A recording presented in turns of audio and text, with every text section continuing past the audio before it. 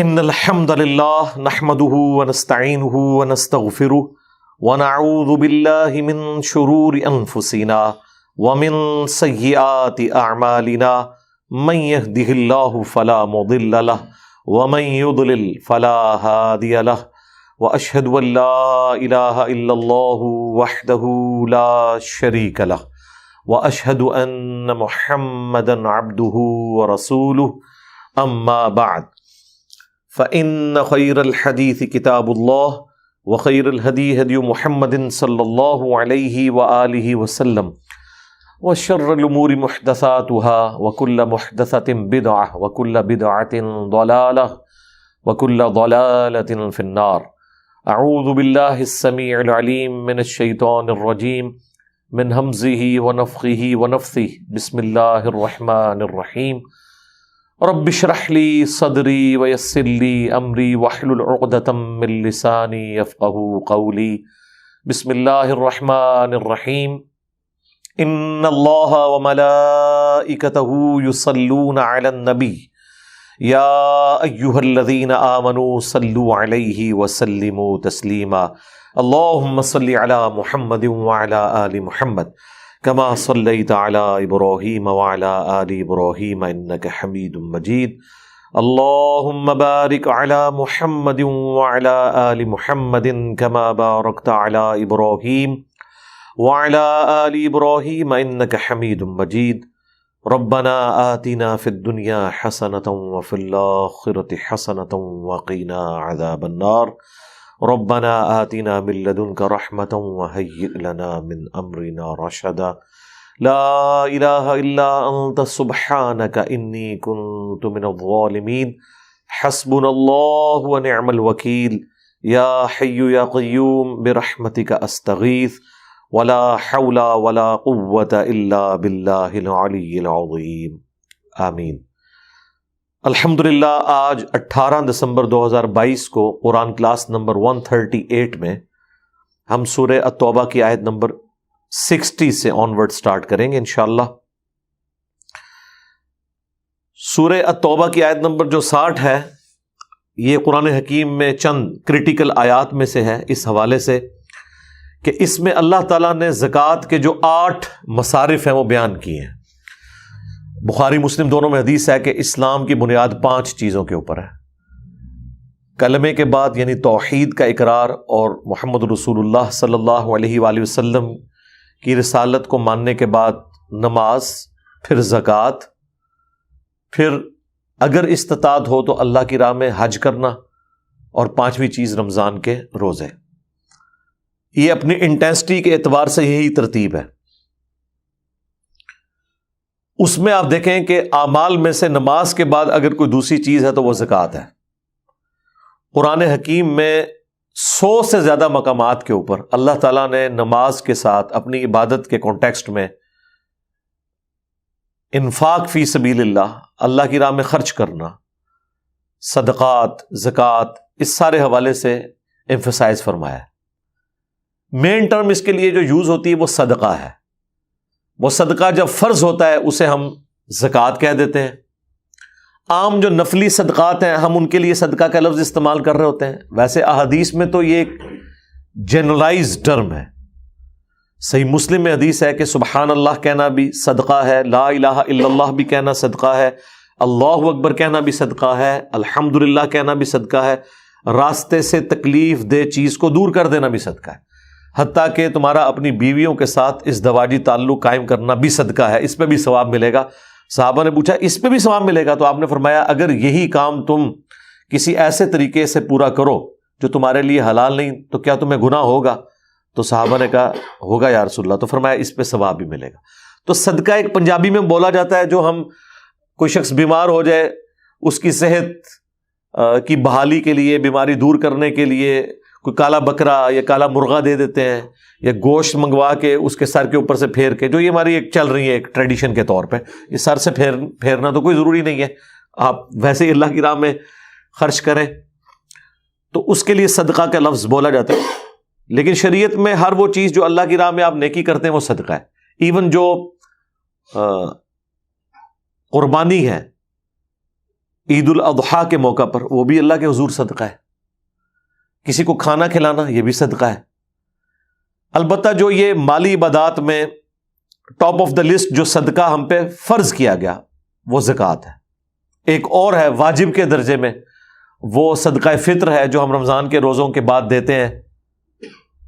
عید کی نماز سے پہلے پہلے وہ دینا ہوتا ہے، اس کے لیے بھی صدقہ کا لفظ استعمال ہوا. بل یہاں اسپیسیفکلی جو صدقات ہیں یعنی جو زکوٰۃ کلیکٹ کی جاتی ہے اس کے 8 مصارف بیان ہونے جا رہے ہیں. اور زکوٰۃ کس کس چیز میں ہوگی؟ مال میں، اور آپ کی جو کاروبار میں انویسٹمنٹ ہوئی ہوئی ہے، مال تجارت، وہ کسی بھی فارم میں ہو اس کے اوپر آپ کے زکوٰۃ ہوگی. اور کس پہ نہیں ہوگی؟ جو آپ کی ضروریات اصلیہ کی چیزیں ان پہ نہیں ہوگی. اب یہ پورا ایک ڈیٹیل ٹاپک ہے.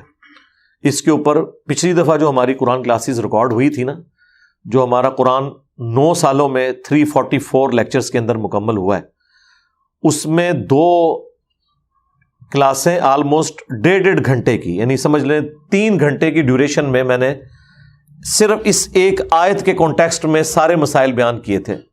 صدقات کی فضیلت، اس کے احکامات، 95A مسئلہ اور 95B مسئلہ. 95B مسئلہ جو تھا اس میں نے 70 قدیم اور جدید احکامات زکوٰۃ کے حوالے سے بتائے تھے. وہ آپ زکوٰۃ کے مسائل بھی لکھیں نا تو وہ ڈائریکٹ خود بخود آپ کو نمبر نہ بھی یاد ہو ویڈیو کا، وہ ویڈیو کھل جائے گی.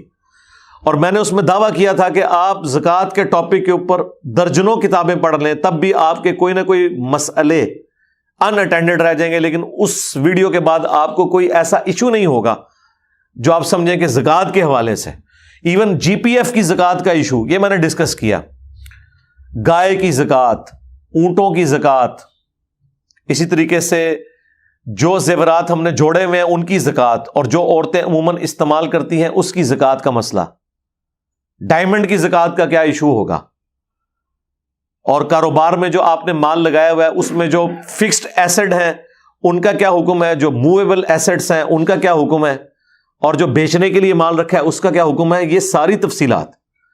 پھر اس کی جو نصاب کی کیلکولیشن ہے وہ سونے کے اعتبار سے ہوگی، چاندی کے اعتبار سے ہوگی، اور نوٹ کی زکوٰۃ کیسے نکالی جائے گی، سونے کی زکوٰۃ کیسے نکالی جائے گی، چاندی کی کیسے نکالی جائے گی. یہ ساری تفصیلات میں نے اس میں بیان کی تھی. پر نٹ شیل میں یہ بات یاد رکھیں کہ جو بھی مال تجارت ہے یا آپ کے پاس جمع پونجی ہے ادر دین ضروریات اصلیہ، اس کے اوپر آپ کی زکوٰۃ ہے. اگر آپ کو شوق ہے ساری احادیث پڑھنے کا تو مشکات المصابیح کی پہلی جلد میں اینڈ پہ جا کے زکوٰۃ کے اوپر ایک چیپٹر ہے جس میں بخاری، مسلم اور باقی کتابوں سے ساری احادیث ترتیب سے لکھی ہوئی ہیں کہ زکوٰۃ کا نصاب کیسے شروع ہوتا ہے. وہ آج کل کی کیلکولیشن اگر اس میں کریں گے تو سونے کے اعتبار سے 85 گرامز آف گولڈ، 85 گرام سونا اگر آپ کے پاس ہو گیا تو آپ کی زکوٰۃ شروع ہوگی. 86 گرام ہوگا، وہ لمٹ کراس کر گئی تو پورے 86 گرام کے اوپر یعنی 7.5 تولے سونے کے اوپر آپ نے زکوٰۃ دینی ہے. یہ نہیں ہے کہ جو اوپر والا ہے اس پہ دینی ہے، نہیں، جیسے ہی وہ لمٹ کراس کرے گا تو پورے مال کے اوپر زکوٰۃ ہوگی. وہ سونا بھی ہو سکتا ہے یا اس کی مالیت رقم کی شکل میں بھی ہو سکتی ہے، کیونکہ ہمارے جو نوٹ ہیں یہ سونے کے ایکویلنٹ پرنٹ ہوتے ہیں. اس لیے آج کل چاندی ابسلیٹ ہو چکی ہے، سونے کا نصاب ہی چلے گا. البتہ اگر صرف چاندی کسی کے پاس ہے تو پھر 52.5 تولے چاندی کا نصاب چلے گا. اور اسی طریقے سے جو اونٹ، گائے، بکریوں کی زکوٰۃ، یہ بھی، بلکہ آپ اگر گاؤں ایریا میں چلے جائیں تو اسے بھی مال ڈنگر کہا جاتا ہے، یہ بھی مال ہوتا ہے ان کا، تو اس کی بھی زکوٰۃ ہوتی ہے. اس کے لیے بھی ایک تھریش ہولڈ پوائنٹ ہے کہ اتنے اونٹ ہوں گے تو ان کے اندر آپ نے اتنی زکوٰۃ دینی ہے. یہ ساری کی ساری تفصیلات میں نے اس میں بیان کی ہیں. بخاری مسلم کی احادیث اس کے اوپر گواہ ہے. پھر دفینہ اگر کسی کی زمین سے نکل آئے، کوئی مال صدیوں پرانا کسی نے دبایا ہوا تھا اور آپ کی زمین میں سے نکل آیا تو اس کا 5واں حصہ یعنی 20% وہ آپ نے بیت المال میں جمع کروانا ہے. اسی طریقے سے جو کھیتی باڑی والا معاملہ ہے وہ بالکل الگ ہے. اس میں اگر آپ کی زمین جو ہے وہ بارانی ہے، یعنی وہ نیچرل اریگیشن ہے، یعنی بارش سے سیراب ہوتی ہے، تو پھر آپ نے عشر دینا ہے اس کے اوپر، 10% ہے وہ. اور اگر آپ ٹیوب ویل کے ذریعے کر رہے ہیں تو پھر آدھا معاف ہے، 5% ہے. تو ہر اعتبار سے ڈفرنٹ اس کا نصاب ہے. وہ ٹوٹل میں نے 10 چیزیں بتائی تھیں، ان کے پھر کلپس بھی اپلوڈ ہوئے، بڑی تفصیل کے ساتھ وہ ویڈیو ریکارڈ کروائی ہے. اگر اب میں بولوں گا پھر 2-2.5 گھنٹے لگیں گے، اس لیے میں نے اس ویڈیو کا حوالہ آپ کو دے دیا تاکہ آپ کو اس حوالے سے کلیریفیکیشن ہو جائے. پھر جو پلاٹس آپ نے خریدے ہوئے ہیں ان کی زکوٰۃ کا مسئلہ، وہ بھی ظاہر مال تجارت ہے. دکان میں اگر آپ نے کپڑا رکھا ہے، میڈیسن رکھی ہوئی ہے بیچنے کے لیے، اس کی بھی زکوٰۃ دی جائے گی، وہ بھی مال تجارت کے ایکویلنٹ ہے. ٹھیک ہے. بعض لوگوں کے دماغ میں ہے کہ جی اگر پلاٹ کے اوپر آپ نے کھیتی باڑی نہیں کی ہے تو آپ زکوٰۃ ہی کوئی نہیں ہے.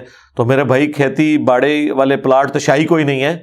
جو اسلام آباد میں قبر کی جو جگہ آپ اگر خریدیں نا ایک پلاٹ جتنی، تو آپ کے کتنی کھیتی باڑی والے پلاٹ جو ہیں اس سے زیادہ اس کی قیمت ہے. تو وہ مال تجارت ہے. جو بھی پلاٹ آپ نے ضروریات اصلیہ سے ہٹ کے لیا ہوا ہے، یعنی بیسک نیڈ سے ہٹ کے. بیسک نیڈ کیا ہے کہ آپ کے استعمال کی چیز، ذاتی مکان کے اوپر زکوٰۃ کوئی نہیں. آپ کی سواری گھوڑا ہو یا گاڑی ہو، اس کے اوپر زکوٰۃ نہیں ہے. اور غلام کے اوپر زکوٰۃ نہیں ہے جو آپ نے اپنے پاس رکھا ہوا ہے. تو وہ ساری تفصیلات میں نے اس میں تفصیل سے بیان کی ہیں. وہ آپ لیکچر بھی دیکھ سکتے ہیں، اور مشکات المصابیح کی پہلی جلد میں اینڈ پہ جا کے زکوٰۃ کے حوالے سے جو چیپٹر ہے وہ آپ پڑھیں. آپ کو اہل سنت کی مین سٹریم کی 13 کتابوں کے نوٹس کمبائنڈ فارم میں ایک بڑی ترتیب سے لکھے ہوئے مل جائیں گے، جس سے آپ کو سارے کا سارا ایشو کلیئر ہو جائے گا. پھلوں کی زکوٰۃ کا مسئلہ ہے، سبزیوں کی زکوٰۃ کا مسئلہ ہے. اس طرح ایک بندے نے ایک دفعہ مجھے نیپال سے ای میل کی، اس نے کہا کہ جی میں نے مچھلیاں پالی ہوئی ہیں، فارم ہاؤس ہے، اب اس کی زکوٰۃ میں کیسے نکالوں. تو یہ سارے بیسک پرنسپلز میں نے اس میں بتا دی ہیں، وہ آپ دیکھ لیں.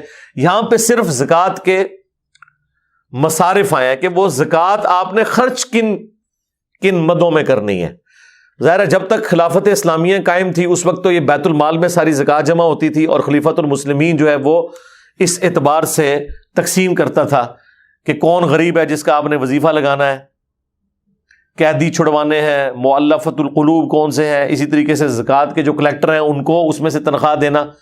لیکن اب جب کہ یہ سارے کا سارا نظام تتر بتر ہوا ہوا ہے، بیت المال تو ہے بس نام کا ہی ہے، وہ بھی سمجھ لیں پولیٹیشنز کی یاشی کے ایک ذریعے بنے ہوئے ہیں، بہت کم ہی پازیٹیولی اس کا یوز ہوتا ہے. اس لیے زیادہ تر لوگ تو اپنی زکوٰۃ خود دیتے ہیں، اور ویسے ٹیکسز کی شکل میں جو الگ سے ہمارے اوپر ان لوگوں نے مسلط کیا ہے وہ الگ سے ہے. تو یہ جو 8 مصارف ہیں یہاں پہ سورہ توبہ کی آیت نمبر 60 میں کور ہوئے ہیں. چونکہ منافقین سے ریلیٹڈ یہ صورت ہے زیادہ تر، غزوہ تبوک کی کمنٹری، اور منافقین کے لیے مال خرچ کرنا بڑا ایشو ہوتا ہے. اس لیے آپ دیکھیں اسلام کی پہلی جنگ جو ہوئی ہے نا نبی الاسلام کی وفات کے بعد، وہ ہوئی زکوٰۃ کے ایشو کے اوپر ہے. وہ کلمہ گو مسلمان تھے، انہوں نے کہا حضور فوت ہو گئے ہیں، بس قرآن میں آیا تھا کہ اے نبی ان کے مال میں سے صدقہ زکوٰۃ وصول کرو، چونکہ اب حضور فوت ہو چکے ہیں تو ابو بکر کو تو ہم نہیں دیں گے. یہ تو نبی الاسلام کے لیے خاص تھا. اس طرح باطل تعویلات کرنی شروع کر دی. تو پھر ایز اے لاسٹ ریزارٹ بخاری مسلم میں آتا ہے حضرت ابو بکر نے ان کے خلاف تلوار اٹھائی.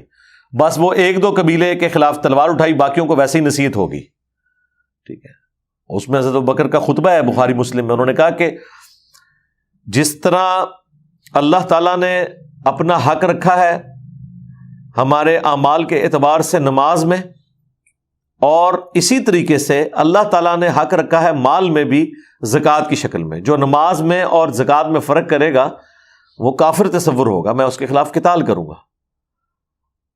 اگرچہ بعض صحابہ ریلیکٹنٹ تھے لیکن بعد میں وہ بھی قائل ہو گئے، اور الٹیمیٹلی پھر مسلمانوں نے قتال کیا ان لوگوں کے خلاف جو منکرین زکوٰۃ تھے. جو باقی بچ گئے تھے انہوں نے ویسے ہی توبہ کر لی. انہیں سمجھ آ گیا کہ یہ ظاہر ہے جیب ڈھیلی کیے بغیر تو آپ خدا کے ساتھ اپنی کمٹمنٹ شو کر ہی نہیں سکتے. ان میں سے بعض ایسے بھی تھے جو کہتے تھے کہ ہم خود زکوٰۃ کلیکٹ کریں گے اور اپنے قبیلے پہ خود ہی لگا لیں گے، آپ کو جمع نہیں کروائیں گے. تو یہ بھی اب پھر سارا سرکاری نظام حکومت کیسے چل سکتا ہے جب تک کہ سینٹرل پول کے اندر ساری رقم جمع نہ ہو، جبکہ خلافت کا نظام بھی قائم ہو. بہرحال آج کل تو ہم ایسا کرتے ہیں کہ ہم اپنی مرضی سے زکوٰۃ 2.5% نکال دیتے ہیں، جو عام سونا چاندی اور نوٹ کرنسی کی صورت میں جو نکالی جاتی ہے. یہاں پہ 8 وہ مصارف ہیں جن پہ خرچ کرنا ہے خلیفۃ المسلمین نے، یا اگر کوئی انڈیویجول اپنی زکوٰۃ نکال رہا ہے تو اس نے وہ ان جگہوں کے اوپر خرچ کرنا ہے اس کو. اور اس حوالے سے نبی الاسلام کی بڑی سختی ہے. بخاری مسلم دونوں میں حدیث ہے، ایسا نہ ہو کہ کوئی شخص قیامت والے دن اس حال میں مجھے پکار رہا ہو اور کہہ رہا ہو اغیثنی یا رسول اللہ، یا رسول اللہ میری مدد فرمائیں، اس حال میں کہ اس کی گردن کے اوپر وہ اونٹ سوار ہو جس کی اس نے زکوٰۃ نہیں دی ہوئی، تو میں نے تمہیں دنیا میں بتایا تھا کہ زکوٰۃ دینی ہے، میں تمہارے کچھ کام نہیں آؤں گا۔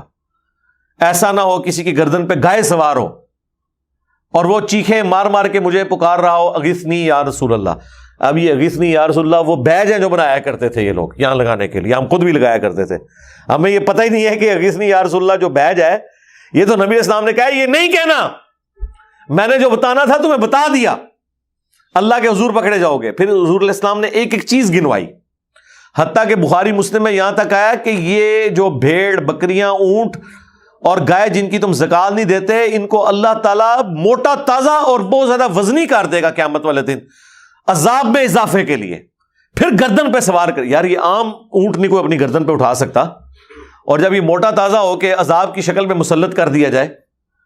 پھر بخاری مسلم میں آیا کہ سونا اور چاندی جس کی زکوٰۃ لوگ نہیں دیتے، یہ گنجے سانپ کی شکل میں مسلط کر دیے جائیں گے اور گلے میں اس کا توق ڈالا جائے گا۔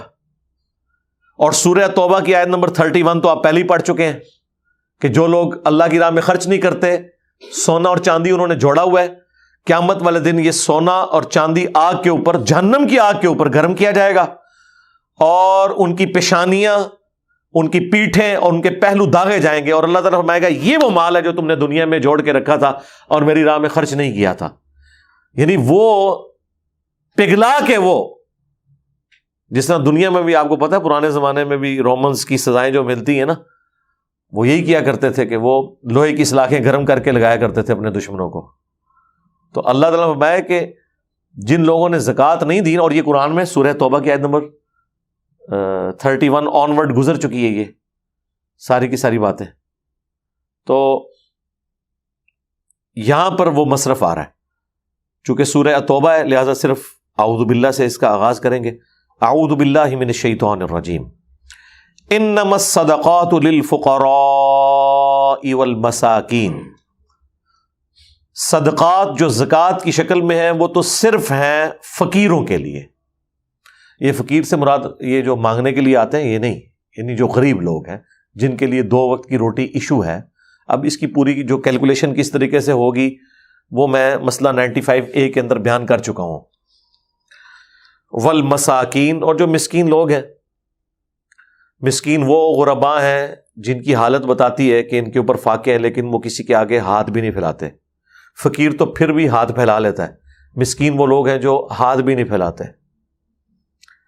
والعاملین علیہا، اور جو زکوٰۃ کے کام کے اوپر مامور ہیں، یعنی وہ کلیکٹ کرتے ہیں زکوٰۃ، ان کی تنخواہیں بھی اس میں سے جائیں گی۔ وہ بڑا مشکل کام تھا، آپ کیا سمجھ سکتے ہیں، گاؤں ایریا میں دور دراز جانا اور بھیڑ بکریاں کلیکٹ کرنا، پھر وہ لا کے بیت المال میں جمع کروانا، کئی مہینوں کا سفر ہوتا تھا ان کا، اتنی بڑی امپائر تھی، پھر اس میں اس کو حفاظت سے لے کے آنا ہے، راستے میں قافلے پہ حملہ بھی ہو سکتا ہے۔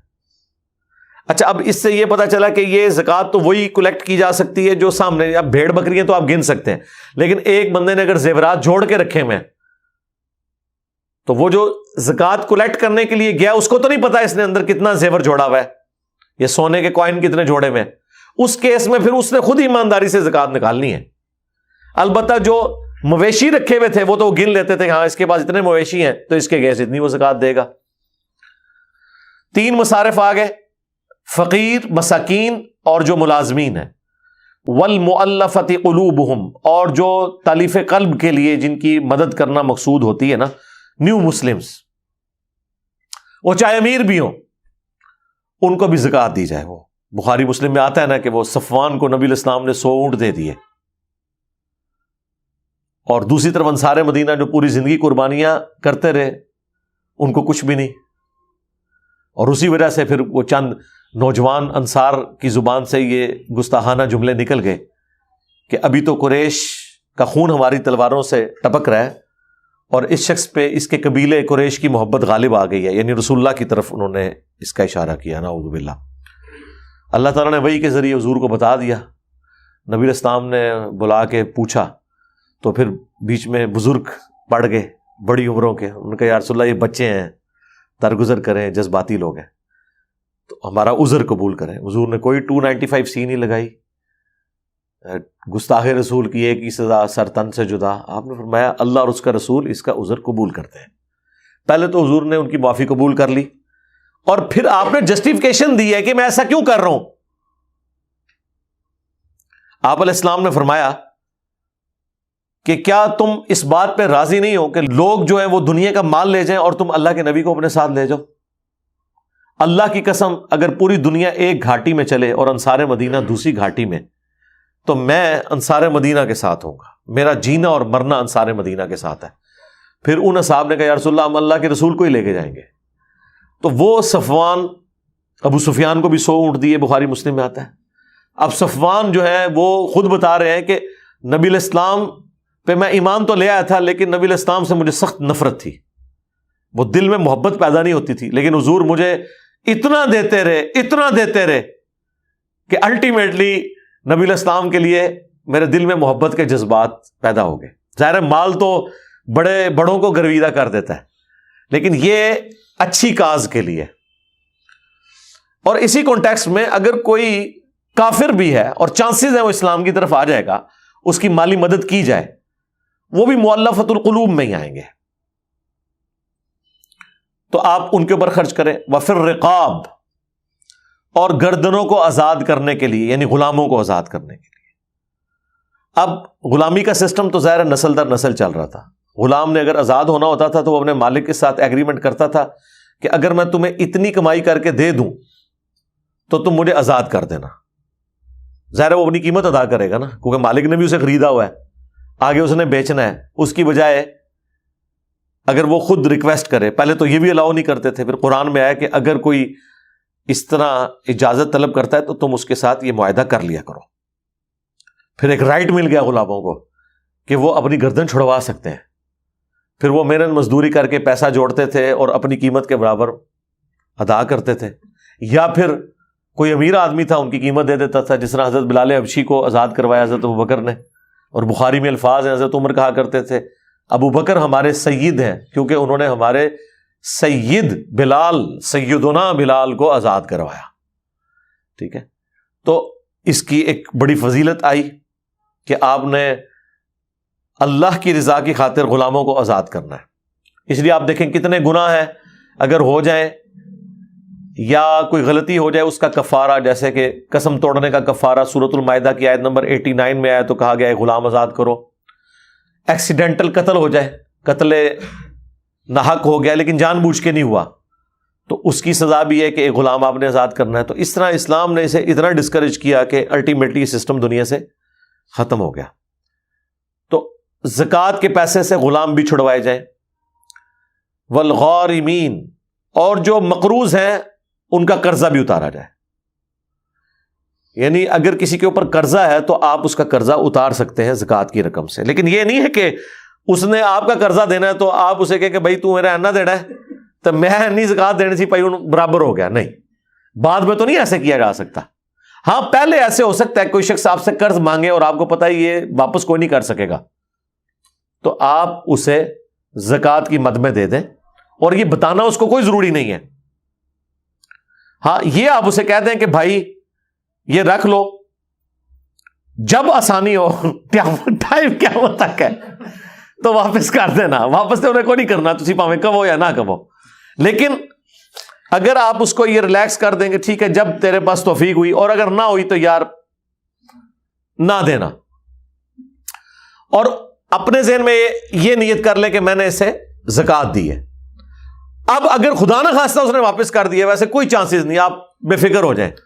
آپ یہ نہ بھی کہیں تو تب بھی اس نے واپس نہیں کرنا الا ماشاء اللہ, تو آپ بے فکر ہو جائیں.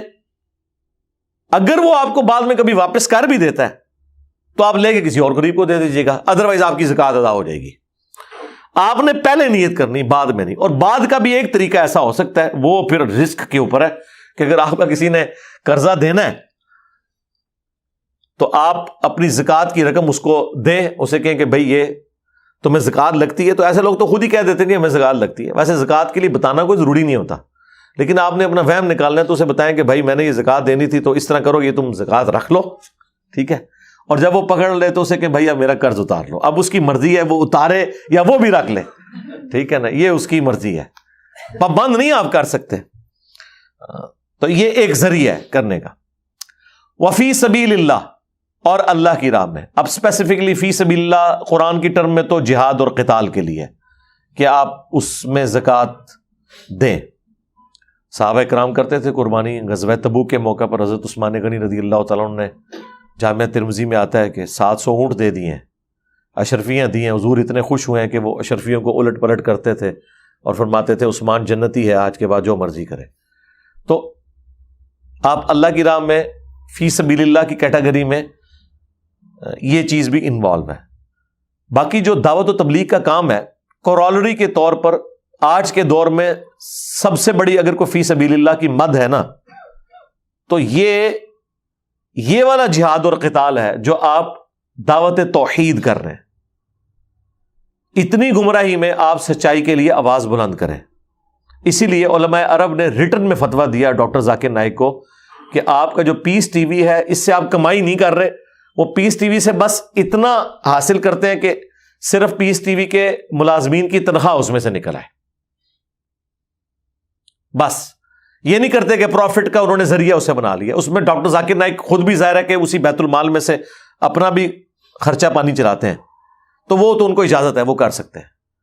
تو اس شرط کے اوپر علماء عرب نے ڈاکٹر ذاکر نائک کو یہ فتویٰ دیا کہ پیس ٹی وی کے لیے بھی زکوٰۃ لگ جائے گی۔ پھر انہوں نے زکوٰۃ بھی کلیکٹ کی اس کے لیے، کیونکہ فی سبیل اللہ کی مد میں تو آتا ہے۔ آپ قرآن ترجمے والے پرنٹ کروا کے مساجد میں رکھوانا چاہتے ہیں، زکوٰۃ کی مد میں سے دے سکتے ہیں۔ ایون مسجد کی تعمیر کرنا چاہتے ہیں، آج کے دور میں یہ بھی ایک فی سبیل اللہ کا ذریعہ ہے۔ ویسے تو لوگوں میں یہ عجیب مشہور ہے کہ جی آپ مسجد کے اوپر نہ لگائیں، اور اس کے پیچھے ان کی جو نیت یہ نہیں ہوتی کہ کوئی زکوٰۃ کا کوئی رقم جو ہے وہ ناپاک ہے، نیت جو ہے وہ فقہ حنفی والوں کو زیادہ مصیبت بنی ہے۔ انہوں نے تملیک کا ایک قاعدہ نکال لیا، تملیک کہتے ہیں مالک بنانے کو۔ اب فقہ حنفی میں یہ ہے کہ جب تک ان پرسن کوئی پرسنالٹی مالک نہیں ہوگی نا، زکوٰۃ آپ کی نہیں لگے گی۔ ہمارے نزدیک تو بیت المال بالکل ایک جگہ جمع تھا، اسی میں سے غریبوں کا خرچہ بھی جاتا تھا، اسی میں سے فوجیوں کی تنخواہیں بھی جاتی تھیں، اسی میں سے اگر کوئی راستہ بنانا ہے یا پانی کا کنواں کھدوانا ہے، اب پانی کا جب کنواں آپ کھدوائیں گے تو کیا صرف غریب اس سے پانی پئیں گے؟ امیر بھی پئیں گے۔ گورنمنٹ کے جتنے کام ہیں وہ زکوٰۃ میں سے ہی ہوں گے، اسی بیت المال میں سے ہوں گے، یہ تو آپ تفریق کر ہی نہیں سکتے۔ لیکن چونکہ امام حنیفہ نے، یعنی انہوں نے قرآن کی آیت سے یہ رزلٹ نکالا کہ یہ تملیک کرنا ضروری ہے، یعنی مالک بنانا، تو اب یہ مصیبت اب آج تک فقہ حنفی بھگت رہا ہے۔ باقی تین ائمہ کے نزدیک یہ نہیں ہے، وہ کہتے ہیں مالک بنانا کوئی ضروری نہیں، ہر وہ مصرف جس میں لگ سکتی ہے نا وہ آپ لگائیں گے۔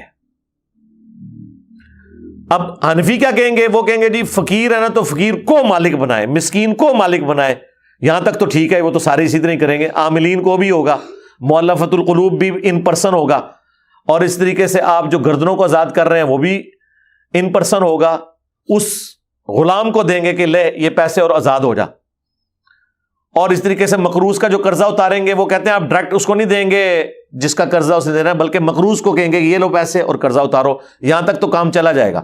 فی سبیل اللہ میں وہ کہیں گے کہ جی آپ نے اگر کسی کو جہاد اور قتال میں بھیجنا ہے نا تو اس بندے کو مالک بنائے کہ یہ لو پیسے، اس سے اپنا گھوڑا خریدو، تلوار خریدو۔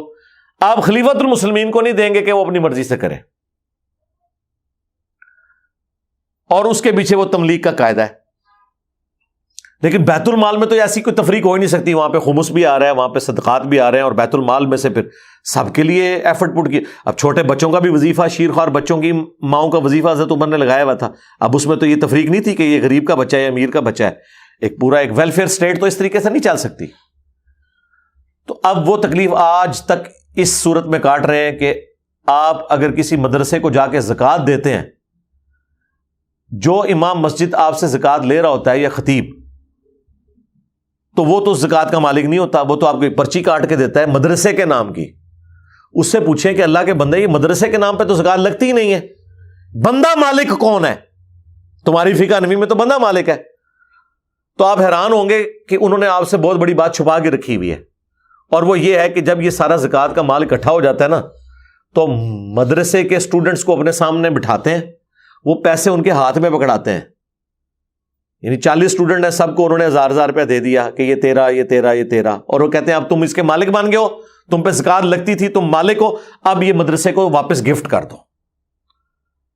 یعنی ایسے کر کے وہ کان پکڑتے ہیں, پھر وہ گفٹ کرتا ہے. الٹیمیٹلی بات وہیں آ گئی ہے, لیکن انہوں نے چونکہ ایک بنیاد غلط کھڑی کی تھی اور اس کی وجہ سے وہ تکلیف آج تک کاٹنی پڑ رہی ہے. وہ تملیک والا مسئلہ کہ مالک بنانا ضروری ہے. تو مسجد میں بھی وہ کس کو مالک بنائیں گے؟ مسجد کا تو مالک کوئی نہیں ہوتا, متولی تو چلو زمین دی ہوئی ہے, تو مسجد بھی فی سبیل اللہ میں.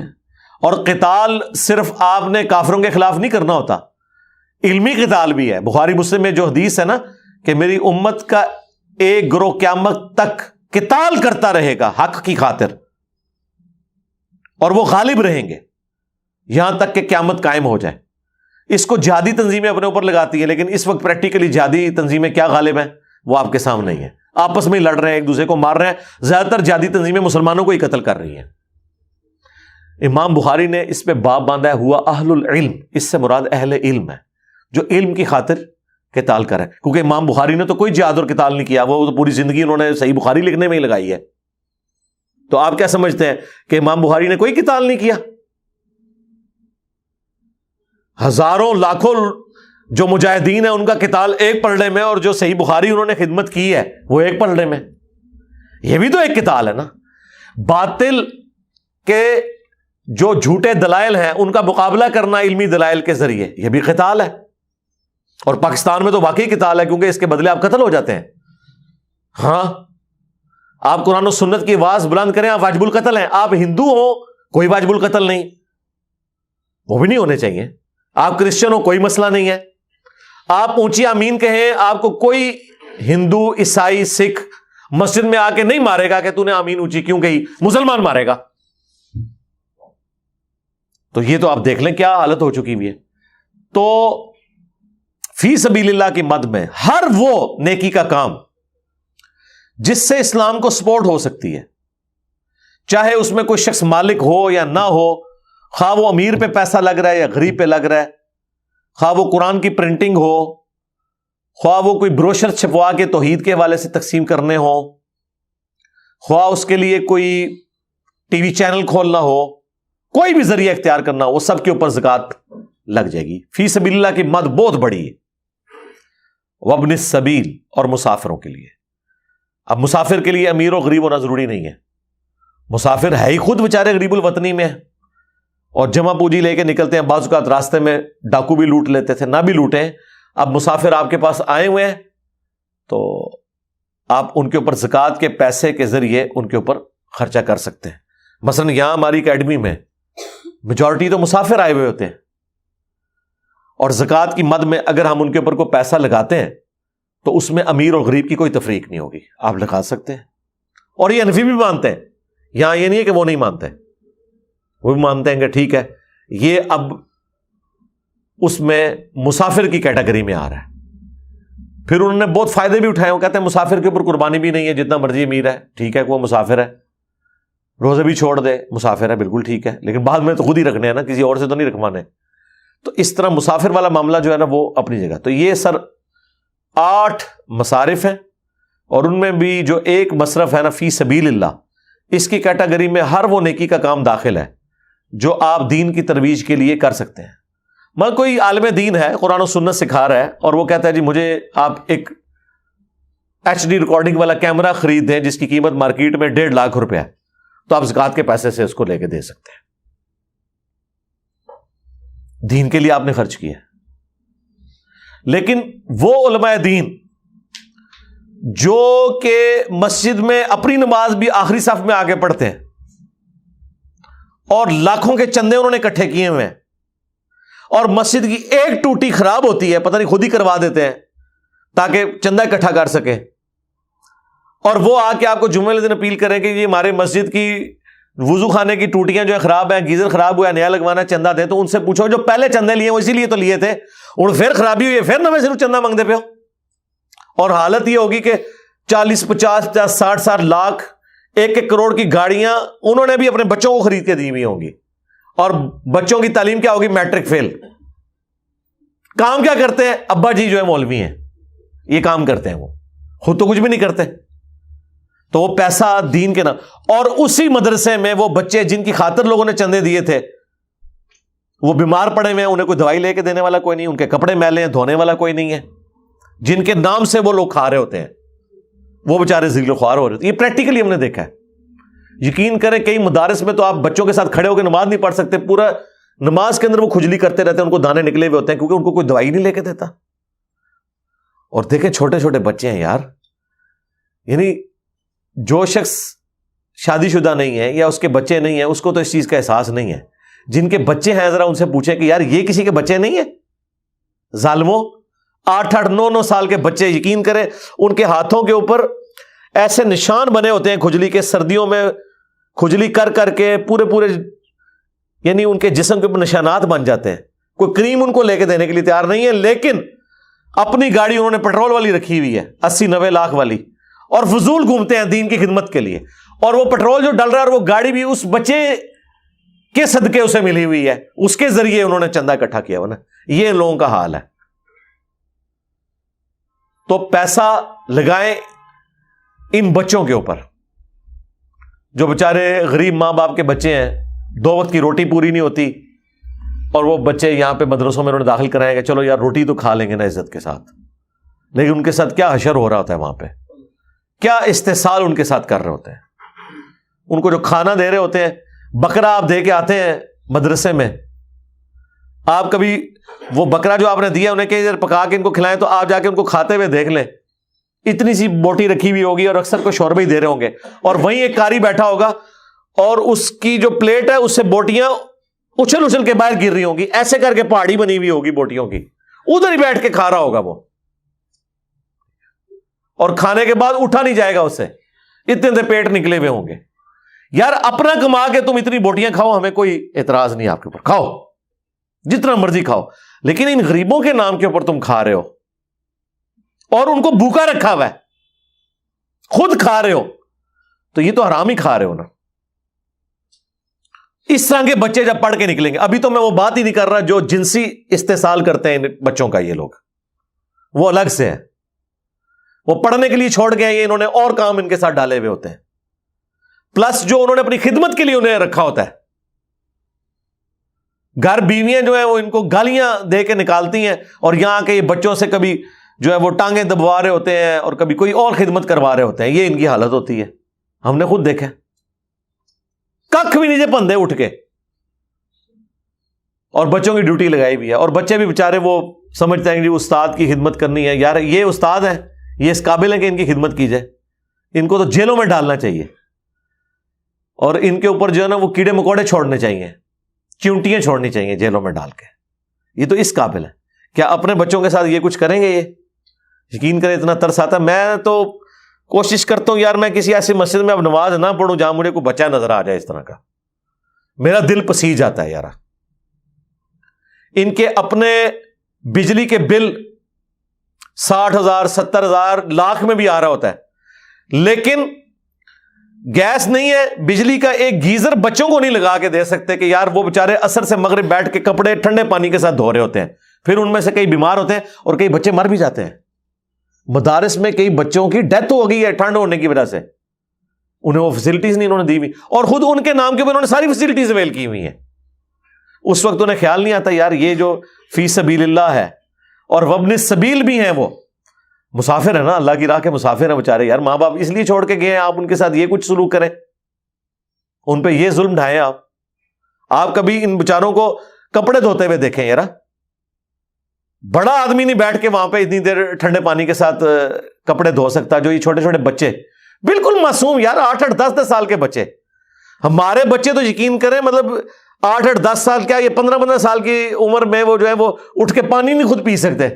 ہم اتنی احتیاط کرتے ہیں کہ یار چلو بچے ہیں، ترس دل پسیجتا ہے. انہوں نے دوسروں کے بچوں کے ساتھ یہ سلوک کیا ہوا ہے، اور اس سے بڑھ کے ان کے نام کا لے کے کھا رہے ہیں. پھر افطاریوں کے لیے لوگ پیسے دیتے ہیں تو وہ افطاریاں کرواتے ہیں بچوں کی، اور 8-10 افطاریوں کے جو پیسے آئے ہوتے ہیں نا، ایک افطاری کرواتے ہیں اور پیچھے ایک بینر لگاتے ہیں، پہلے ایک کمپنی کا، پھر تھوڑی دیر بعد وہ تصویر کھینچنے کے بعد اسی افطاری کے اندر دوسری کمپنی کا لگا دیتے ہیں بینر، اور 8-10 افطاریاں جو ہے ایک افطاری میں ختم کر دیتے ہیں۔ یہ وہ پریکٹیکلی جو کچھ ہو رہا ہے میں آپ کو بتا رہا ہوں، حالانکہ یہ سارے کے سارے صدقات ان کو دین کے نام کے اوپر مل رہے ہوتے ہیں۔ اپنا لیونگ سٹینڈرڈ انہوں نے کیوں آپ رکھا ہوا ہے؟ مجھے یہ نہیں سمجھ آتی کہ تم لوگ خود تو کما ہی نہیں رہے ہو، یا اگر کوئی عالم دین اپنا کماتا ہے نا تو وہ ٹھیک ہے اپنے اوپر لگائے، ان بچوں کے نام کے اوپر جو تم کما رہے ہو ان بچوں کے اوپر کیوں نہیں لگ رہا؟ اور اسی طرح لگے جس طرح تم اپنے بچوں پہ لگا رہے ہو، حالانکہ تمہارے بچوں پہ تو لگتے ہی نہیں ہے، وہ تو کچھ بھی نہیں کر رہے، وہ صرف تمہاری اولاد ہے، انہیں گاڑی لے کے دی بھی ہے، ٹھیک ہے مدرسے کے ہر بچے کو گاڑی لے کے دو، ان کی 2 وقت کی روٹی نہیں صحیح طریقے سے پوری کر سک رہے، تو اتنے ظالم ہیں۔ جبکہ یہ آیات آپ کو پڑھ کے سنائیں گے، اور یہ سن لیں انہی آیات کا درس ذرا ان مولویوں کا سن لیجئے گا، کبھی ترجمہ کلاس میں یہ آئے نا زکوٰۃ کے مصارف، تو اس کے بعد ذرا پوچھئے گا کہ یہ جو زکوٰۃ ہے اس کے کسٹوڈین تو آپ ہیں نا، بیت المال تو اب ختم ہو گیا، امت میں زکوٰۃ کلیکٹ کون کر رہا ہے اس وقت؟ علماء۔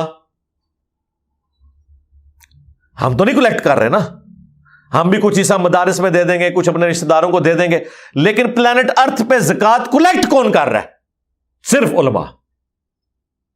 بینک سے تو آپ ایک دن پہلے ہی یکم رمضان سے پہلے ہی پیسے نکلوا لیتے ہیں، یا کرنٹ اکاؤنٹ کھلوایا ہوا ہے تاکہ اس میں سے زکوٰۃ نہ کٹے، ٹھیک ہے اچھی بات ہے، نہ کٹے، آپ خود تو دینا۔ زکوٰۃ کلیکٹ کون کر رہا ہے؟ خمس کلیکٹ کون کر رہا ہے؟ یہ لوگ۔ اب ان سے پوچھیں کہ آپ بتاؤ یہ لگا رہے کہاں ہو؟ آپ تو صرف اپنی تنخواہ لے سکتے ہو اس میں سے، تنخواہ کتنی؟ 10,000 20,000، تو گاڑی کیسے رکھی ہوئی ہے 20,000 تنخواہ میں؟ بچے کو بھی لے کے دی ہوئی ہے، تو پوری زندگی 20,000 روپیہ مہینہ جوڑتا رہے تو گاڑی خرید نہیں سکتا، پٹرول ڈلوانا تو دور کی بات ہے، خرید نہیں سکتا۔ یہ ہمارے جتنے ریاستی اداروں کے لوگ ریٹائر ہو کے جب باہر کے ملکوں میں بھاگتے ہیں اور ان کے اثاثے ڈکلیئر ہوتے ہیں، ان کی پوری زندگی کی تنخواہیں بھی جمع کریں نا تو اس اثاثے کا 1000واں حصہ بھی نہیں بنتا۔ تو ان سے پوچھے کون سی تم نے جاگ لگ گئی ہے؟ حرام سور کمایا، مدارس میں بھی یہی کچھ ہو رہا ہے، کس چیز کا کھا رہے ہو تم لوگ؟ تو اللہ سے ڈر جائیں۔ اللہ تعالیٰ نے یہ 8 مصارف بتائے ہیں، اور ساتھ ہی پھر فرما دیا ہے فریضۃ من اللہ، یہ اللہ کی طرف سے زکوٰۃ فرض کی گئی ہے، واللہ علیم حکیم، اب اللہ خوب علم رکھنے والا ہے اور اس کے کام حکمت کے ساتھ ہے۔ اللہ کو خوب پتہ ہے کون زکوٰۃ کے معاملے میں ڈنڈی مار رہا ہے کہ وہ اللہ کی راہ میں خرچ نہیں رہا، یا جو کلیکٹ کر رہا ہے وہ کیا ڈنڈی مار رہا ہے، وہ اللہ تعالیٰ کے علم ہے۔ وہ بخاری مسلم میں حدیث ہے، ایک مدھم نامی غلام تھا، اس نے بیت المال میں سے صرف ایک چادر اٹھا لی تھی کہ یار اس کی کیا قیمت ہے، فوت ہو گیا۔ بخاری مسلم میں آتا ہے خیبر کے موقع پر تیر لگا اسے، شہید ہو گیا، صحابہ نے کہا اسے شہادت مبارک ہو، یہ الفاظ ہیں بخاری مسلم کے۔ نبی علیہ السلام نے فرمایا تم اسے شہید کہہ رہے ہو، حالانکہ حضور کی سواری کا کجاوا کستا تھا، حضور کو وضو کرواتا تھا، اس سے بڑا کوئی سعادت والا صحابی ہو سکتا ہے؟ تم اسے کہہ رہے ہو شہادت مبارک، اور مجھے اللہ نے دکھایا کہ ایک چادر اس نے مال غنیمت میں سے چوری کی، بیت المال میں سے، اللہ نے آگ کی اس کے اوپر پہنا دیا اسے۔ بس یہ حضور نے بات کی ہے تو صحابہ کرام نے گھروں کو دوڑے ہیں۔ اور بخاری مسلم کے الفاظ ہیں اگر ایک رسی کا ٹکڑا بھی کسی نے مال غنیمت میں سے یہ سمجھ کے اٹھایا تھا نا کہ یار اس کی کیا قیمت ہے، چلو میں لے جانا کار، وہ بھی انہوں نے جمع کروایا کہ نہیں یہ رسی نہ کہیں فٹ ہو جائے ہمیں، اور یہاں جناب انہوں نے پورا پورا مال ہتھیا لیا ہے۔ تو اللہ تعالیٰ فرما رہا ہے واللہ علیم حکیم، اللہ کو خوب علم ہے جو 2 نمبری کر رہے ہو نا تم لوگ، چاہے وہ دینے والے یا کلیکٹ کرنے والے، اور یہ اس کی حکمت ہے، وہ تمہیں پکڑتا نہیں، آخرت میں پکڑ لے گا، چھوڑے گا نہیں۔ اللہم لا تجعلنا منہم، ایسے لوگوں میں اللہ تعالیٰ ہمیں شمار نہ کرے کہ جو اس طرح کی خیانت کرنے والے ہیں۔ اللہ تعالیٰ اس امتحان میں ہی نہ ڈالے۔ میں نے تو ابھی تک جس کو بھی امتحان میں پڑھتے ہوئے دیکھا ہے نا وہ گیا، وہ نہیں بچتا۔ مسکین مولوی دیکھے ہیں جو زمانہ طالب علمی میں 2 وقت کی روٹی ان کے لیے ایشو تھی، ہم ان پہ ترس کھاتے تھے، آج یقین کریں وہ بھی پورے سانڈ بڑے ہیں، ٹوریا نہیں جانا انہوں کو، پتلے ہوتے تھے، 2 وقت کی روٹی نہیں تھی پوری ہوتی، اور اس وقت وہ اپنے استادوں کو گالیاں نکالتے تھے۔ آج ان استادوں سے بڑے ڈان بنے ہوئے ہیں وہ، کیونکہ یہی کچھ تو انہوں نے سیکھا، نکالا کیا اس میں سے۔ تو اللہ سے ڈر جائے۔ لیکن جہاں اس طرح کے لوگ ہیں، اچھے لوگ بھی ہیں۔ ہم لاہور میں سید جواد نقوی صاحب حافظہ اللہ تعالیٰ کے مدرسے میں گئے, اس پہ میں نے پوری وہاں کی جو بھی رودات بھی سنائی تھی. عروۃ الوثقی پورا ایک سمجھ لیں سٹی آباد کیا ہوا ہے. بچوں کے لیے بھینسیں رکھی ہوئی ہیں دودھ کے لیے, کپڑے کسی بچے کو نہیں دھونے پڑتے, باقاعدہ پورا پلانٹ لگایا ہوا ہے. کتابیں ان کے کورس کے اندر پرنٹ ہوتی ہیں. کپڑے بچوں کے دیکھیں اتنے صاف ستھرے بچے ہیں کہ ماں باپ بھی اتنے صاف ستھرے بچے نہیں رکھ سکتے. ان کی صحتیں بچوں کی بتا رہی ہیں کہ انہیں خوراک پوری مل رہی ہے. ٹھیک ہے, تو وہ جب میں نے نقوی صاحب سے پوچھا, میں نے کہا یہ آپ نے بڑا زبردست سسٹم. انہوں نے کہا میں جب خود پڑھتا تھا نا, میرے لیے سب سے تکلیف دہ چیز تھی یہ کپڑے دھونا, اور میں نے سوچا تھا کہ اگر میں نے کوئی مدرسہ بنایا نا تو میں بچوں کو ان ساری تکلیفوں سے آزاد کروں گا. اور واقعی انہوں نے آزاد کیا. ہر چیز ایک نمبر کوالٹی کی جو وہ خود کھاتے ہیں وہی وہ بچوں کو کھلاتے ہیں. وہ ساری کی ساری فیسلٹیز اگر ان کے نام کے اوپر وہ کھا رہے ہیں نا تو ان بچوں کے اوپر وہ لگا بھی رہے ہیں, اور نظر آ رہا ہے. بچے تو سمجھ لیں بادشاہوں والی زندگی گزار رہے ہیں وہاں پہ. ایسے لوگ بھی موجود ہیں جو اس طرح کی ایفرٹ پھر پٹ کرتے ہیں. اگر پیسہ لوگوں سے لے رہے ہیں نا سرکار, اور جو ہاسپٹل انہوں نے بنایا ہوا ہے پاکستان کا شاید ہی کوئی جدید ہاسپٹل ہو جو اس کا مقابلہ کرتا ہو. ہاسپٹل پورا اندر بنایا ہوا ہے, باہر سے لوگ آ کے علاج کرواتے ہیں, ہر فیسلٹی موجود ہے. پھر میں نے جب وزٹ سارا کیا تو میں نے یہ بھی آبزرو کیا کہ انہوں نے صرف کیا شیعہ ملازمین رکھے ہوئے نہیں, وہاں مجھے آدھی پنڈلی تک شلواریں اونچی کیے ہوئے اہل حدیث ملازمین بھی نظر آئے ہیں. ہاں, انہوں نے کہا نہیں میں سارے مکاتب فکر کے, دیوبندی بھی رکھے ہوئے ہیں, بریلوی بھی رکھے ہوئے ہیں, اہل حدیث بھی رکھے ہوئے ہیں, شیعہ بھی رکھے ہوئے ہیں, کوئی فرق نہیں رکھا ہوا. جو اپنی فیلڈ کا ایکسپرٹ ہے اسے ڈیو رسپیکٹ مل رہی ہے. یہ نہیں ہے کہ ہم نے کوئی فرقے کی بنیاد پہ اسے لانچ کیا. بچی ہیں تو پورا انہوں نے نقاب اور پردہ کیا ہوا ہے. نظر آتی ہے ایفرٹ ہوئی بھی. اس طرح کے لوگ بھی موجود ہیں جو اس طرح کی ایفرٹ پٹ کرتے ہیں. رہائش بہترین دی ہوئی ہے.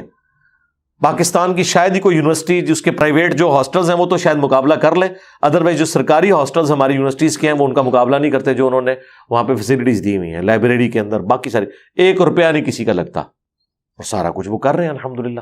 اس طرح کے لوگ بھی موجود ہیں. اگر دوسری طرف کے لوگ موجود ہیں, وَمِنْهُمُ الَّذِينَ يُؤْذُونَ النَّبِيَّ, اور ان میں ایسے لوگ بھی ہیں جو رسول اللہ کو اذیت دیتے ہیں. استغفر اللہ.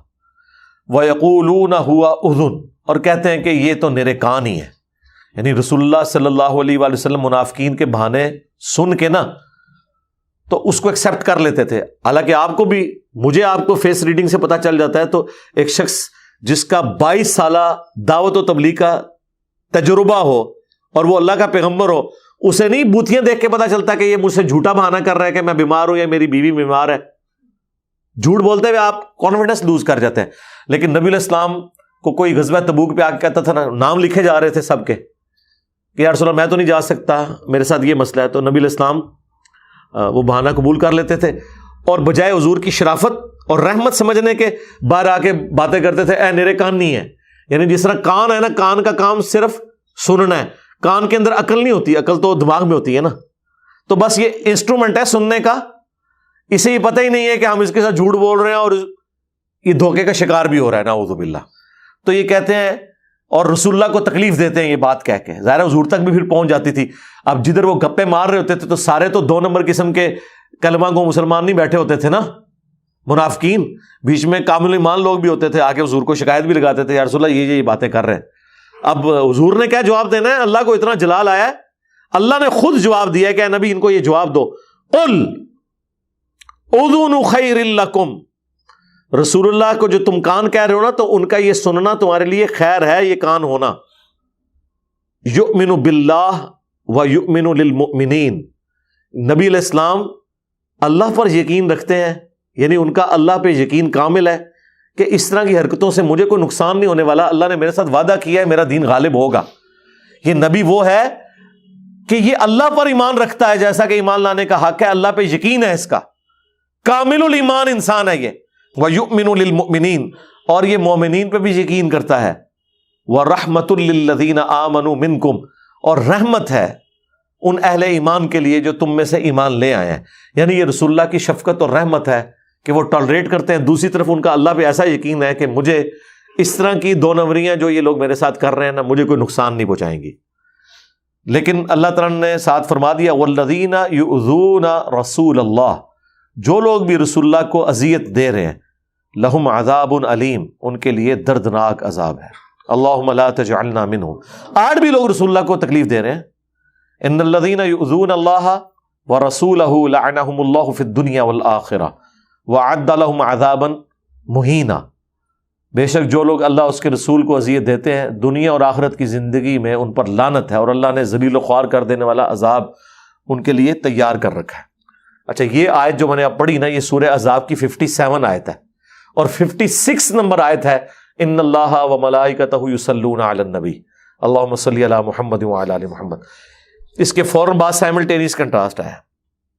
آج بھی رسول اللہ کو تکلیف دینا ہے کہ نام آپ کا لینا اور تعلیمات اپنے بابوں کی سکھانا، چندے اللہ اور اس کے رسول کے نام کے اوپر اکٹھے کرنا، اپنی تجوریاں بھرنا اور اسلام کا نقصان کرنا، یہ کہہ کہ قرآن حدیث ڈائریکٹ نہ پڑھنا گمراہ ہو جاؤ گے، یہ رسول اللہ کو تکلیف دینا نہیں ہے۔ تو جو لوگ بھی رسول اللہ کو تکلیف دے رہے ہیں، اہل البیت کے ساتھ جنہوں نے ظلم کیا انہوں نے بھی نبی علیہ السلام کو تکلیف دی، ان کے لیے عذاب علیم ہے۔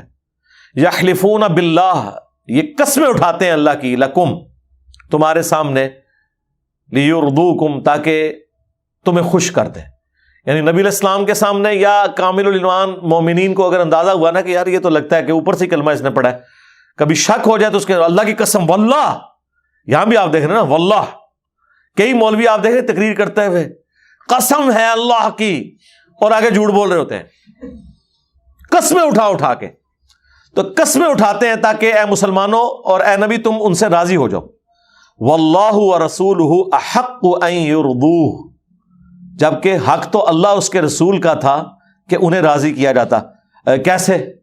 صرف جو کچھ بھی ہے تیرے محبوب کی امت سے نہیں، اللہ رسول کی بات مان کے، جیب ڈھیلی کر کے، قربانی دے کے، جان اور مال کے ذریعے اللہ کی راہ میں جہاد اور قتال کر کے۔ ان کانوا مؤمنین، اگر یہ واقعی ایماندار ہوتے نا، یہ اللہ رسول کو راضی کرتے، اہل ایمان کو نہ راضی کرتے قسمیں اٹھا کے کہ نہیں جی میں بڑا بڑا عاشق ہاں، نہیں۔ الم یعلموا انہ من یحادد اللہ ورسولہ، کیا وہ نہیں جانتے کہ جو کوئی بھی مخالفت کرتا ہے اللہ اور اس کے رسول کی، فَأَنَّ لَهُ نَارَ جَهَنَّمَ خَالِدًا فِيهَا، تو اس کے لیے ہے جہنم کی آگ، ہمیشہ ہمیشہ اس میں رہیں گے۔ ذَلِكَ الْخِزْيُ الْعَظِيمُ، اس سے بڑی اور کیا رسوائی ہو سکتی ہے۔ اللہم لا تجعلنا منہم اللہم اجرنا من النار۔ یحذر المنافقون ان تنزل علیہم سورۃ تنبئہم بما فی قلوبہم، منافق تو ہر وقت اس بات سے ڈرتے رہتے ہیں کہ کوئی ایسی صورت نہ نازل ہو جائے کہ وہ ان کے دلوں کے اندر چھپی ہوئی جو منافقت ہے وہ اہل ایمان کے سامنے ظاہر کر دے۔ بائی نیم تو ظاہر نہیں بتایا گیا نا، وہ تو منافقین کے نام نبی علیہ السلام کو بتائے، اور پھر حذیفہ ابن یمان کو حضور نے بتائے، وہ آگے آ بھی جائے گا، جو نبی علیہ السلام پہ قاتلانہ حملہ انہوں نے غزوہ تبوک سے واپسی پہ کیا تھا۔ تو اندر سے ڈر لگا رہتا ہے کہ کوئی صورت ایسی نازل نہ ہو جائے کہ ان کا پول کھل جائے۔ لو جی، اس سے یہ بھی رزلٹ نکلا کہ اللہ تعالیٰ کا تو یہ عقیدہ ہے کہ جتنے اہل ایمان ہیں اور نبی ہیں ان کو یہ نہیں پتا کہ منافق کون ہے بیچ میں سے، اور اس لیے اللہ تعالیٰ ہمارا ہے کہ جب تک سورت نازل نہیں ہوتی نا تو اہل ایمان کو نہیں پتا چلے گا، اور یہ منافق ڈرتے ہیں کہ کہیں اللہ تعالیٰ ہمارا راز اہل ایمان پر کھول نہ دے۔ تو اللہ نے اپنا عقیدہ کیا بتایا کہ کسی کو علم غیب نہیں ہے جب تک کہ میں بتا نہ دوں، تبھی یہ بات ہو رہی ہے نا کہ منافق ڈرتے ہیں کہ کوئی ایسی صورت نہ نازل ہو جائے جس میں منافقین کا بتا دیا جائے۔ تو یار وہ اگر لوگوں کے دلوں کے حال جانتے تھے ان کے بابے، اور یہ کہتے ہیں کہ بابے تو کسی صحابی کے گھوڑے کے قدموں کی خاک کے برابر بھی نہیں ہے، تو بابے تو دلوں کا حال جان رہے ہیں، اور صحابہ کے بارے میں اللہ تعالیٰ کہہ رہا ہے کہ یہ صحابہ سے منافقین ڈرتے ہیں کہ کہیں ایسی صورت نہ نازل ہو جائے جہاں پہ کامل الایمان صحابہ کو اور اللہ کے نبی کو یہ پتہ چل جائے کہ کون کون منافق ہے، کیونکہ نماز تو وہ بھی پڑھتے تھے۔ مسلم شریف میں حدیث ہے، ابن مسعود کہتے ہیں کہ حضور کے زمانے میں منافق بھی مسجد میں جماعت سے نماز پڑھتا تھا، حتیٰ کہ وہ بیمار بھی ہوتا نا تو 2 بندوں کے سارے مسجد میں آتا تھا، کہیں لوگ یہ نہ سمجھیں کہ یہ منافق ہے اس لیے نماز سے پیچھے رہ گیا۔ اس لیے بخاری مسلم میں ہے نا کہ عشاء کی اور فجر کی نماز منافقین پہ بھاری ہے، کیوں؟ اس کے لیے قربانی کرنی پڑتی ہے۔ آج کل تو عشاء کی ویسے نماز آسان ہے، 17 رکعتوں والی نہیں، ویسے اس وقت تو نیند نہیں آئی ہوئی ہوتی نا، کیونکہ ہماری تو روٹین چینج ہو چکی ہے، لیکن اگلے زمانوں میں جب لوگ ظہر اور عصر کے وقت سب کچھ کاروبار بند کر دیتے تھے وہ تو مغرب کے بعد لوگوں کو نیند آنا شروع ہو جاتی تھی، کھانا کھا لیتے تھے اس وقت، تو عشاء تک جاگنا بڑا مشکل ہوتا تھا کیونکہ صبح سویرے اٹھنا ہوتا تھا. تو یہ ایفرٹ والی نماز تھی فجر کی اور عشاء کی. اس لیے حضور نے کہا کہ منافق ہیں جو لوگ اس میں پیچھے رہ جاتے ہیں، یہ منافقت کی ایک علامت ہے. اور بخاری مسلم میں حدیث ہے، جو لوگ فجر کی نماز کے لیے مسجد میں نہیں آتے، اگر مجھے عورتوں اور بچوں کا خیال نہ ہو تو میں ایسے لوگوں کے گھروں کو آگ لگا دوں جو مسجد میں آ کے نماز نہیں پڑھتے. یعنی یہ منافقین کی علامت ہوتی تھی. تو اس لیے منافقین جو ہیں وہ نماز جماعت کے ساتھ ہی پڑھتے تھے، بیماری میں بھی کوشش کرتے تھے. انہیں کیا پتا تھا کہ ایسے خوش نصیب کروڑوں مسلمان ہوں گے پاکستان میں جو صرف شناختی کارڈ میں مسلمان ہوں گے، نہ نماز پڑھنے کی ضرورت ہے نہ پاک رہنے کی ضرورت ہے. کیونکہ جب بھی کوئی کہنا جی نماز پڑھو، کہتے کپڑے پلید ہے، اور پلیدو کپڑے پلید نے تھوڑے، ٹھیک ہے. مسلمان ہو کے کہتا ہے میرے کپڑے پلید ہیں. مسلمان کی تو پہچان تھی پاکی، غیر ضروری بال صاف کرنا، استنجا، اس کا بھی طریقہ نبی علیہ السلام نے سکھایا. یہ مسلمان کی پہچان تھی، اور مسلمان کہتے ہیں میں پلید ہوں. نماز انہیں کتوں پڑھنی ہے؟ تو یہ منافقین ڈرتے رہتے ہیں کہیں ایسی صورت نہ نازل ہو جائے کہ ان کے دلوں میں چھپا ہوا نفاق مسلمانوں پہ ظاہر ہو جائے. قُلِ اسْتَهْزِئُوا، اے نبی ان سے فرماؤ کہ ٹھیک ہے تم نے جو یہ ٹھٹا مذاق بنایا ہوا ہے یہ کرتے رہو. ان اللہ مخرج ما تحذرون، بے شک اللہ تعالی وہ ظاہر کر دے گا جس سے تم خوف زدہ ہو. یعنی ایک وقت آئے گا اللہ تعالیٰ کھول دے گا. بہرحال وہ جو اللہ نے کھولا بھی وہ بھی نبی علیہ السلام کو بتایا، حذیفہ ابن یمان کو. باقی لوگ عبداللہ ابن ابی جیسے لوگ اپنی حرکتوں سے تو ایکسپوز ہوئے، لیکن اللہ تعالیٰ نے یہ پردہ ہی رہنے دیا اس حوالے سے. اس لیے تو عبداللہ ابن ابی کا حضور نے جنازہ بھی پڑھا دیا تھا، بخاری مسلم میں آتا ہے.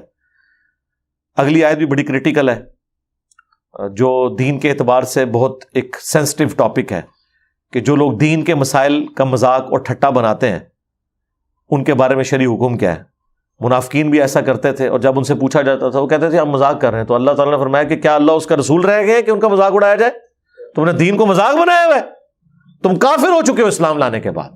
مذاق میں بھی اللہ رسول کے خلاف کوئی بات نہیں کی جا سکتی. ٹھیک ہے جی، وہ انشاءاللہ اگلی دفعہ ہم اس کو کور کریں گے. اللہ تعالیٰ سے دعا ہے جو حق بات میں نے کہی اللہ تعالیٰ ہمارے دلوں میں راسخ فرمائے. اگر جذبات میں میرے منہ سے کوئی غلط بات نکل گئی تو اللہ تعالیٰ ہمارے دلوں سے دھو ڈالے، ہمیں معاف بھی فرما دے، ہمیں کتاب و سنت کی تعلیمات پر عمل کر کے دوسرے بھائیوں تک پہنچانے کی توفیق عطا فرمائے. سبحانک اللہم و بحمدک، اشہد ان لا الہ الا انت، استغفرک و اتوب الیک، وما علینا الا البلاغ المبین. جزاکم اللہ خیرا.